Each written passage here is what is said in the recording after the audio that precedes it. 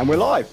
Okay, welcome everyone. Great to be back on episode 12 of the Leadership Zoomcasts with Albert and Neil. Albert, how are you doing today? I'm really good, actually. Good to see you, mate. Things good out there in France still?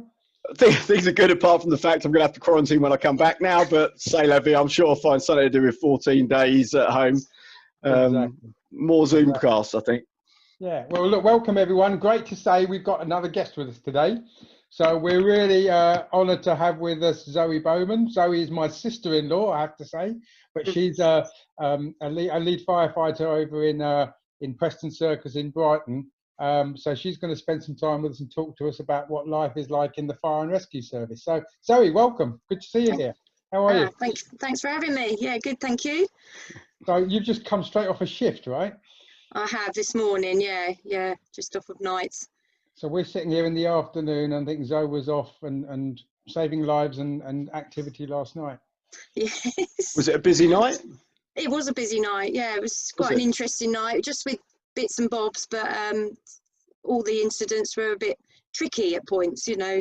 Nothing major, but just all a bit tricky, and have to think about things a bit. So. Do you prefer that kind of evening, you know, where it's busy and interesting?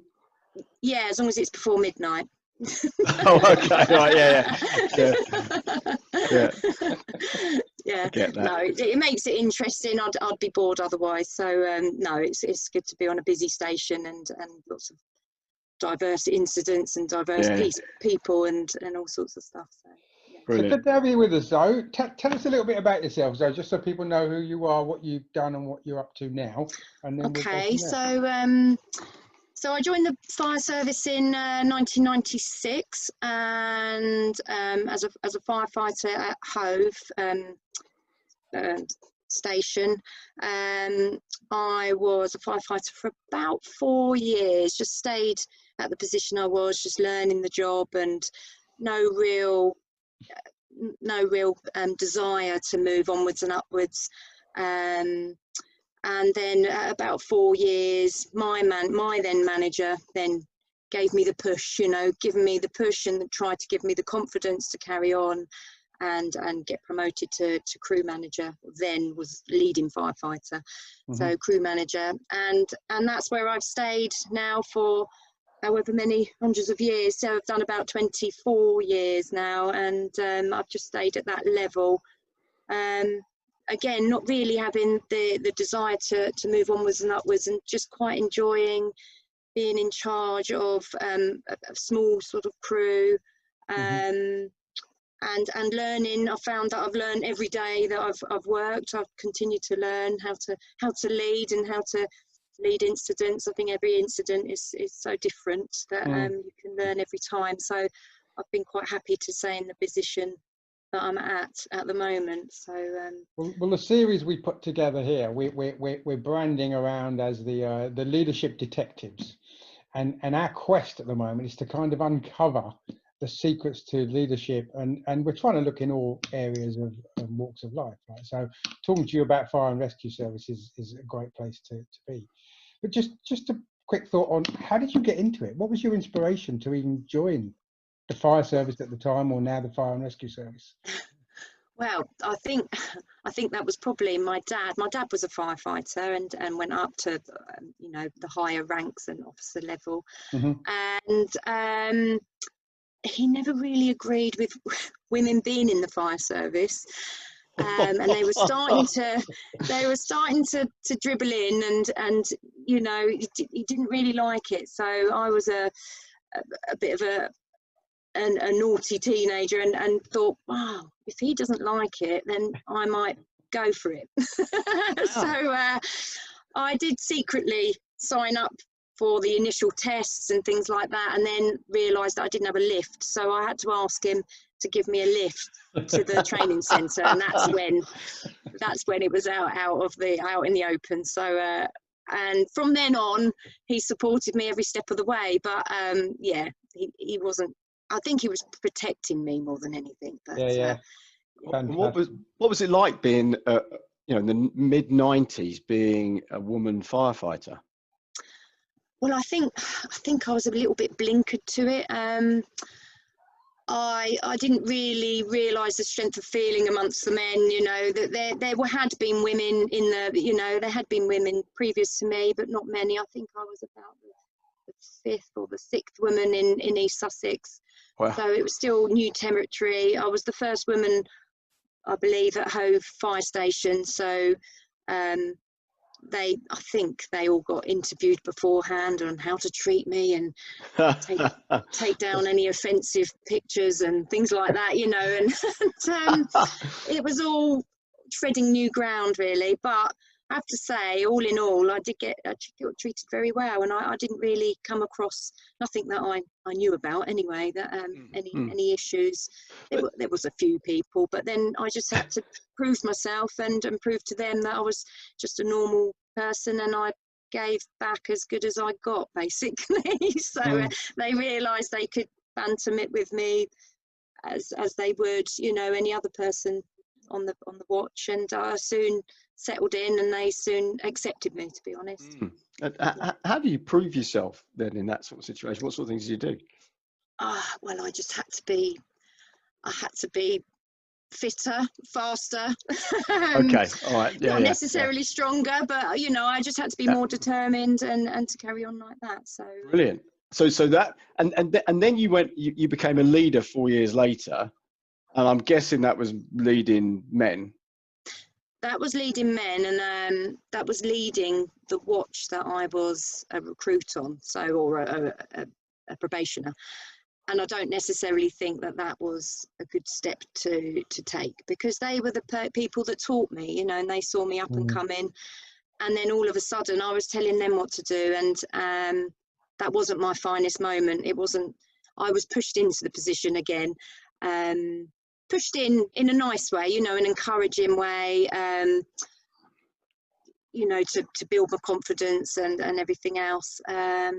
So I did that step, but again, I tried to prove myself, but I was only 4 years in. It was tricky. It was tricky, but again, we've seen that as well, Albert, haven't we? When you promote people from within, it's always something to try and avoid, to be managing people that you were working with. Yeah, I mean, typically, I think you find in the commercial world that they'd move you to somewhere different, so you wouldn't lead the people you were used to be side by side with, right? But you've stayed in the same vicinity all the time, right? So you found yourself leading people who were colleagues the day before. Yeah. And in the service, it's a very structured promotion level as well, right? So you know. So how did that work for you? How did that work? Actually, let's come at a different action, right? A different angle. There's two different types of leadership, I guess, we're talking about here, because we're talking about you being in the station hours at a time waiting for incidents to happen, and then there's leadership when you're on site, when an incident has kicked off. Do you want to differentiate between the two of those? Yeah, I do actually find that the leadership on an operational incident is probably easier than the leadership when you're just on station doing the mundane chores and the boring day-to-day work and a bit of training and the paperwork and things like that, everything else that comes with it. When you get onto an operational incident, you work closely as a team. There's a communication between, you know, everyone. You're closely communicating. I'll direct, you know, what I want to be done, and I know that it will be done with the highest skills, you know, and enthusiasm, and they'll, you know, whoever I'm leading, they'll go and do it. They'll go and do it and be ready for the next set of instructions, basically. Is it fair to say that leadership on an operational incident is pure direction? If you direct something, it happens. There's no discussion. Should we debate it? Should we negotiate over it? No. There's definitely it's definitely a two-way thing. Right. Probably a brief two-way thing, because things have got to be made and decisions have got to be made by me, sort of in an instant. Usually on you know, fires and fast moving incidents. I mean, there are incidents where we can sit back and think about what we're doing and discuss a bit more, but definitely I do rely on the two-way communication. People see things differently, or they might have seen something that I haven't seen, and they'll and I'll accept that advice and that knowledge that they've got, and then I'll decide what to do with it. So I've got to really sum it up quickly, think, yeah, I like that idea, let's go with that then, so, but they're usually equally as happy if I say, no, I think we'll do this because we need to do it quick, let's get that done, and they'll go off and do it. But there is definitely a two-way communication. There's definitely a two-way respect as well. I respect each firefighter individually. They've got a different set of skill sets to offer. There's all sorts of people with different skill sets on a watch. So a question in my mind, when you're at an incident, why do you think that's easier to lead? What do you think makes that easier to lead? I just think people's minds are active. They're enthusiastic to get the job done. They're professional. They want to show that they can do it, and they'll willingly go and do it. Sometimes they'll do things without being asked, the correct things, and they know that, we will need this, and I'll go and do that, as long as it's within the boundaries set and they're not going off piece, basically, and doing their own thing. But there's certain things that they know we need to set a hydrant in, we need to get water ready for the crews, and they can go off and do that. One of the things we've uncovered in this whole leadership series is that teams seem to perform better when they've got a common purpose. And it sounds, I guess, in an incident like that, you've got a very clear common purpose, haven't you? Yeah. So everybody's aligned, which I guess, is that different than when you're back in the station on the kind of day-to-day mundane side of things? Because the common purpose, is it less clear in that kind of situation? Yeah, I think on the station, what's important for me to get done is not necessarily the highest priorities for the firefighters to get done. We need certain sign-offs, we need to do certain checks and certain cleaning and certain training, and I know that there is usually there's a time scale for these things. We have to get it done within the month, and the firefighters, it's not as important to them to get those things done. So I've got to find a way of getting the enthusiasm up, getting them to do things that they don't really want to do, and none of us really want to do it, but we got to do it, and it's just encouraging people and getting them on your side, to see the same way. And the motivational skills are really key, right? Motivational skills to drive people to do things they might not see important at the time, like training. Yeah. So as the crew manager, is that your job to get people trained and prepared? Because the way I see your role as you describe it now is you guys are always preparing for what's going to happen. It's going to happen sometime, you just don't know when. And being prepared for it is really key. So that leadership of people, making sure people are trained and they are honed, how much responsibility do you have as the leader to make sure someone is always fit for purpose? Well, I think we've all got our own responsibilities to keep our skills up to scratch. But I mean, ultimately, it would be the watch manager's responsibility. But equally, he's leading, so he's directing us to, right, I'm doing paperwork, you go and update your training in road traffic collisions or something like that. So I think we've all got an equal amount of responsibility, really. But at the end of the day, as a leader, if your crew isn't up to scratch on something, then it's your responsibility and it falls on your shoulders, really. And just for our audience, so do you want to explain the hierarchy from firefighter to station? Yeah, so you've got firefighter at the basic level, and then one step up is crew manager or crew commander. They are in charge of one fire appliance worth of people, so that's four people on a fire appliance. And then you've got your watch manager, who will be in charge of the whole watch. So a watch is our team. There's four watches, and we cover 24 hours every day of the year. So on a watch there'll be 14, 15 people. So the watch manager will be in charge of all those people, and then your crew manager, the next level down, will be in charge of, if you go out on your own with one pump, it would just be 4 people. If you need a specialist appliance with you, you'll be in charge of the specialist appliance.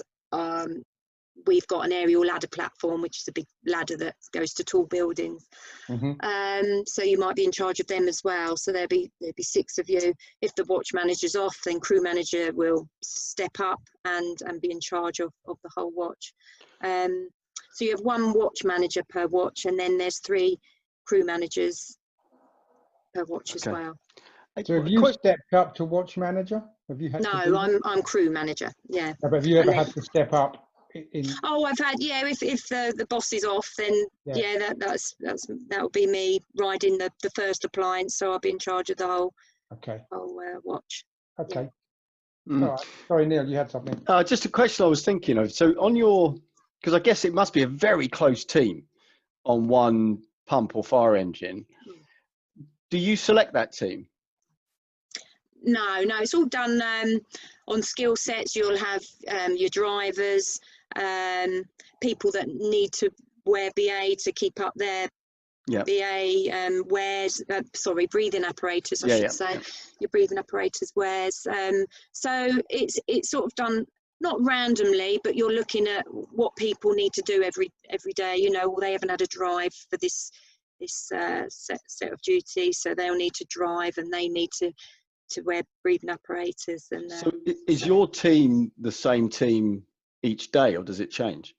Yeah, you change between the 14 people that are on duty. So it would every day I might be sitting in a different place. Not necessarily in the front of a fire appliance. I might be sitting in the back as a breathing apparatus crew as well. So I might be driving. So I do swap round, but ultimately station duties, I'm still crew manager and in charge of that sort of side. So sometimes you're in charge, and sometimes you're one of the firefighters. Part of the crew, yeah. Part of the crew, yeah.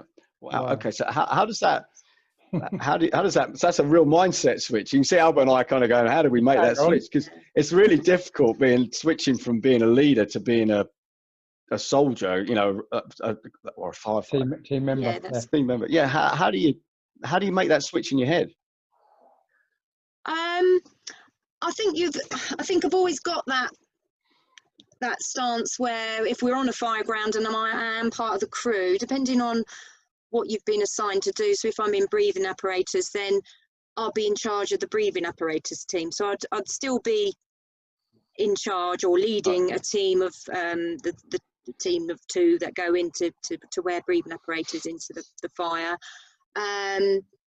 Different things. If I'm not wearing breathing apparatus and I am part of the crew, I might be on the breathing apparatus entry control board, because it's desired to have a slightly higher rank on the entry control board sometimes, so that I'll be in charge of that. So there's always parts that I might be leading. But otherwise, if I am sort of surplus to requirements to lead, then I will just become part of the crew and I'll be mucking in with the rest of them, which I tend to do as a leader anyway. Once the dust settles in an operational incident, it's the clear up, and we all muck in together and clear up and so it's interesting, because in the world that I come from and I've worked in, we've glibly used the statement when we've missed a profit number or we've failed to secure a client, where we go, well, nobody died, right? But in your world they do, right? So as a leader, what do you think the attributes are to be a good leader in the fire and rescue service? Well, it's all a personal view, and I just find what works for me is communication. I think firefighters don't like being left out the loop. They like to know what's going on. They need to know what's going on, and they should know what's going on. Sometimes things, you know, I can't think of anything, but sometimes things aren't explained so well, or they didn't know at an incident something was going on around the back and they haven't been told about it. I think communication is a key thing, and that's a two-way communication as well. So they feel that they can come to you with different views, or you know, they might see something that I haven't seen. So that's a key thing. Mutual respect. Yeah, mutual respect between the two of us. So yeah, I lead and treat people the way I would want to be treated. You know, I don't want to be shouting at people and directing orders and all the rest of it. It needs to be calm. You need to be clear on your commands, and that's how I would want to be treated. You know, and directed in a nice way. And it doesn't take any time at all just to say, oh, please would you go and do this, or thanks for doing that, you know. Doesn't take any time at all, but it goes a long way when you're receiving that sort of respect, basically. A question that pops into my head, and it's come into my head a couple of times you've been talking, is everything we're talking about assumes that everyone gets on and everybody's doing a great job, and you've got the highest quality people there. Now, we all know that, you know, so you might set a standard for your pump or your watch or the whatever. What happens when someone drops below that standard? How does that work? How do you either help them to become better, or how does that work in that kind of close environment where you need everybody performing so well? Again, I think it's communication. If they're dropping, then they need to be told, and they need to be told at the earliest opportunity, but told in a nice way. You don't have to go, bloody, what are you doing? You know, you know how to do this, don't you? And I think you need to tell them in a nice way, pull them aside, and plan a way ahead, you know, plan a way to move forward and encourage them,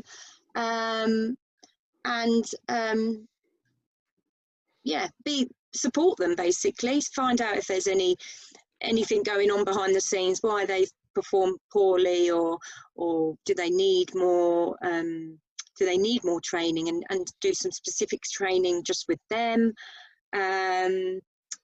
Yeah, I think it is the communication thing is the key to a lot of things. If you just hide it and just think, oh, they're a bit rubbish today, you know, they will never learn, and they won't know that that's what you're thinking. And I think it's the communication thing, but done in the right way.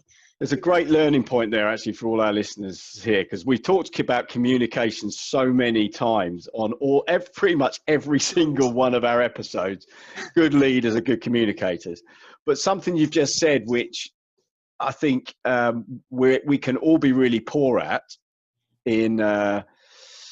certainly in business and maybe in non-critical situations, is not communicating poor performance or below standard performance at the earliest opportunity.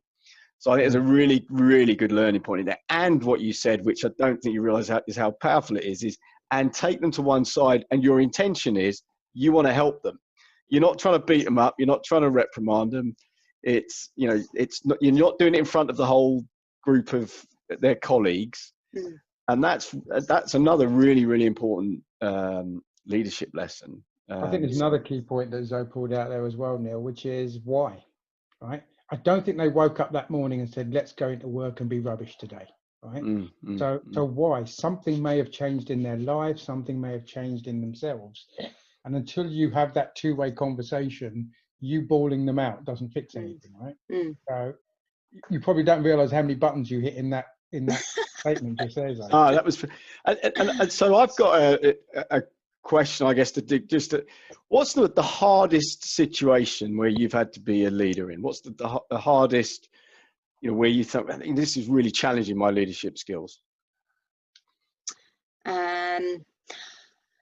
I think probably when people are challenging me over my decisions. I think that's hard, because you've got to justify exactly why you're doing something, and I've got to go by normally, you know, I try and abide by the book. I know there are situations when we have to divert away from usual policy and procedures, but I think if people are saying, oh, we can just cut that down and do this and do that, and I've got to stand back and think, well, actually, if we cut that down, that's going to make that insecure, and that's going to be quite dangerous, you know, and risky. And I've got to justify why I don't want to take their advice, or, you know, go the way that they want to go. I think that's tricky. That's interesting. One of the hardest, hard ones. So if your decision is challenged, you just feel like you have to justify it rather than just tell them that's what I'm telling you to do. Yeah, definitely. Okay. But again, that's that mutual respect, because if I just say, no, I'm going to do that, and I'm just going to dismiss what you say, then they're going to think, well, you know, she's just not listening to me. And but I think if I can say, well, I think it's a good idea, but if you do that, I'm not keen on the idea because, and explain why you don't like their idea, you know, if you've got time, obviously, you know, sometimes you've got time to do that. But again, you're not just dismissing them, you're listening to them, but I've decided otherwise, you know, and it doesn't always happen like that. I don't just dismiss people and but my way's best, you know, but no, I'm not like that at all, you know. so that, I mean, there's a sorry, go on, Albert. There's no perfect answer, is there? There's not, you know, this is your way of doing it, Zoe, right? And you've done this over many years and developed your own leadership style. You're frozen. Oh. Yeah, and you've got to do it with the way that you see best. So, no, I'm not frozen. Are you frozen? No, you've come back now. You're back. Yeah.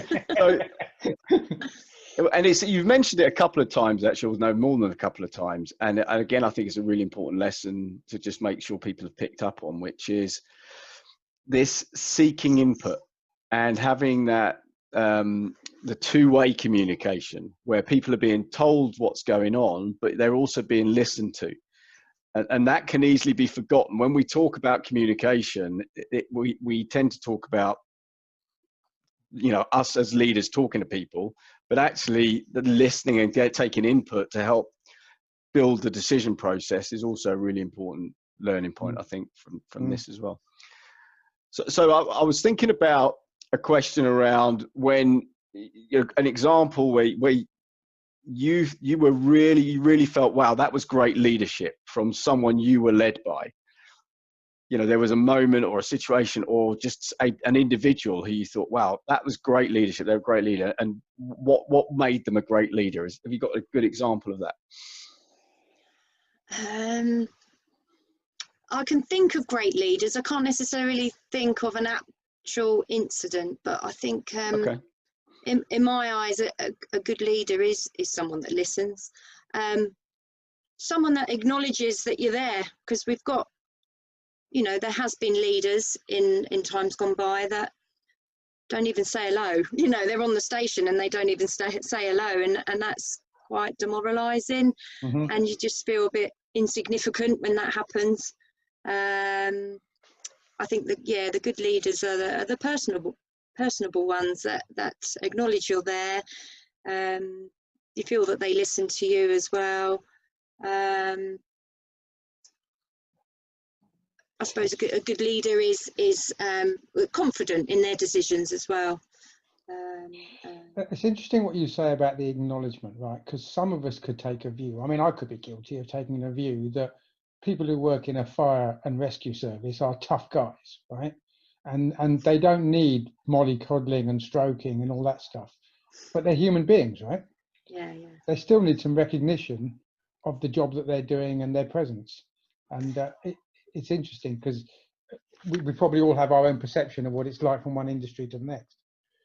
Yeah, definitely. And I think it goes a long way with the firefighters. If we had senior management come down and actually talk to us, just have a chat, just have a cup of tea and around the table, and they may get some awkward questions, you know, they may be in the firing line, but actually that relieves some sort of tension from us, you know, that we can go and talk to them and have a conversation and see what their reasons are for making certain decisions as well.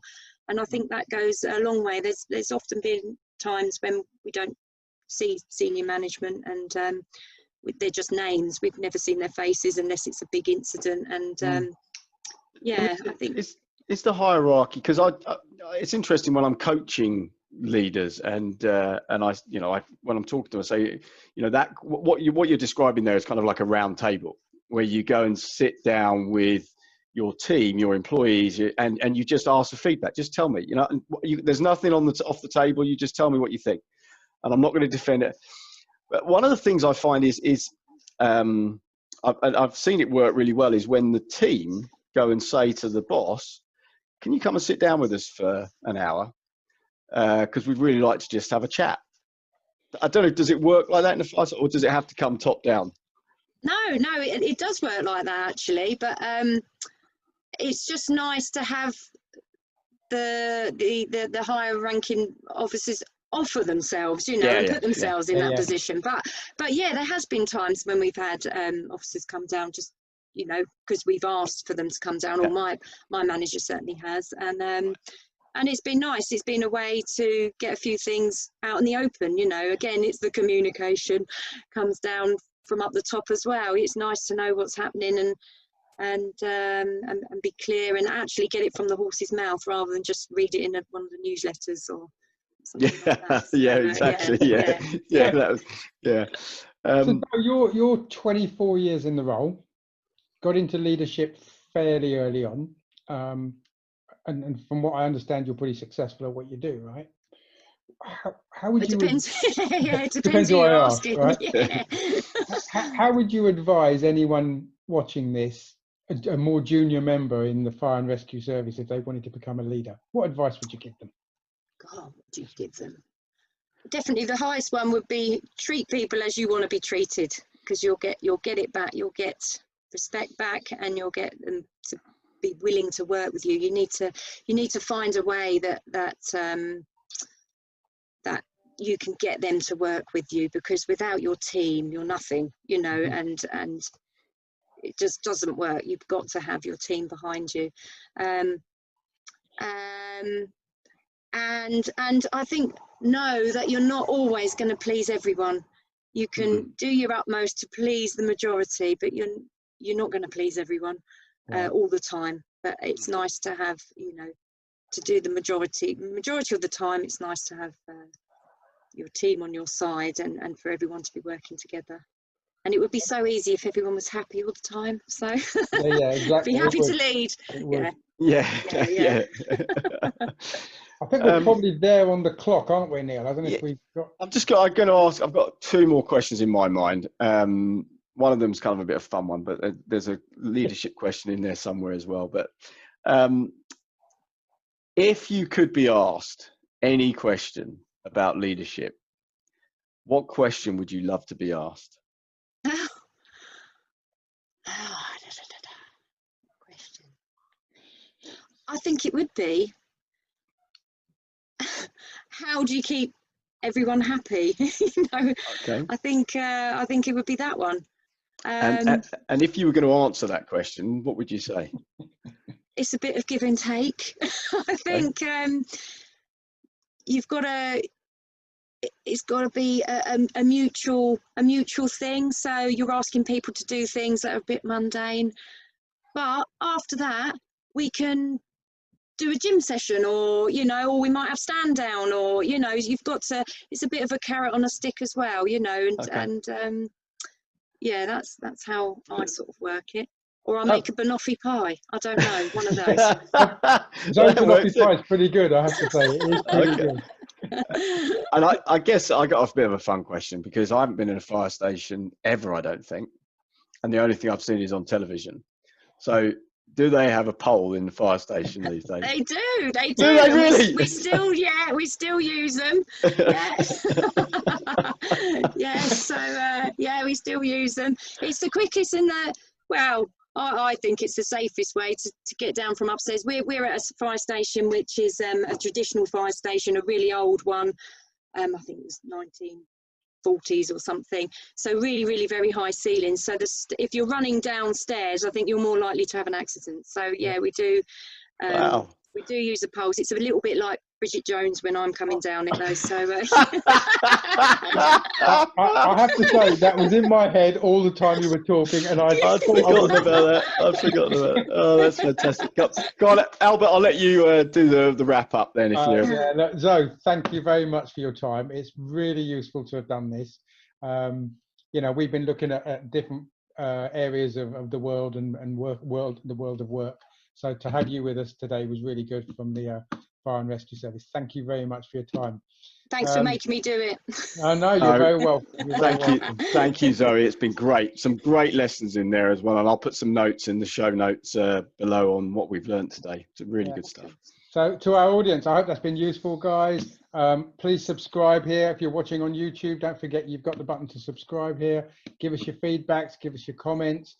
If anybody's got any messages you want us to get across to Zoe, just pop them into the feedback, YouTube or LinkedIn on the feedback, and we can make sure that gets back. But thank you very much for your time, Zoe. Neil, good to see you here. Yeah, I'll hand back to you, Neil, for us to close off.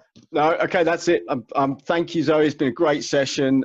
Thanks to everyone for watching. Albert and I decided the other day we need feedback because we need strokes and we need feedback. So please give us feedback to let us know we're doing the right things.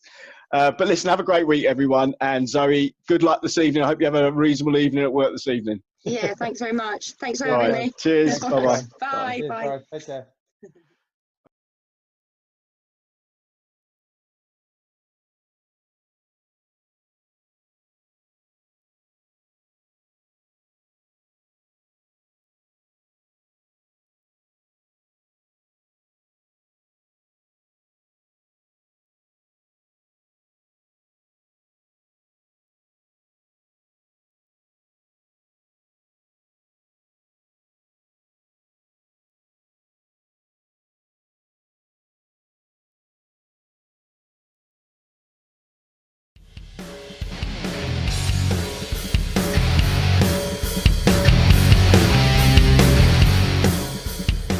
So thanks for joining us today. Hope you found that episode useful and helpful and gave you some good ideas. If you enjoyed it, if you liked it, please leave your comments, give us a thumbs up, subscribe. Just let us know how you thought of the episode. We'd really like to get your feedback. Thanks for listening. Have a great day.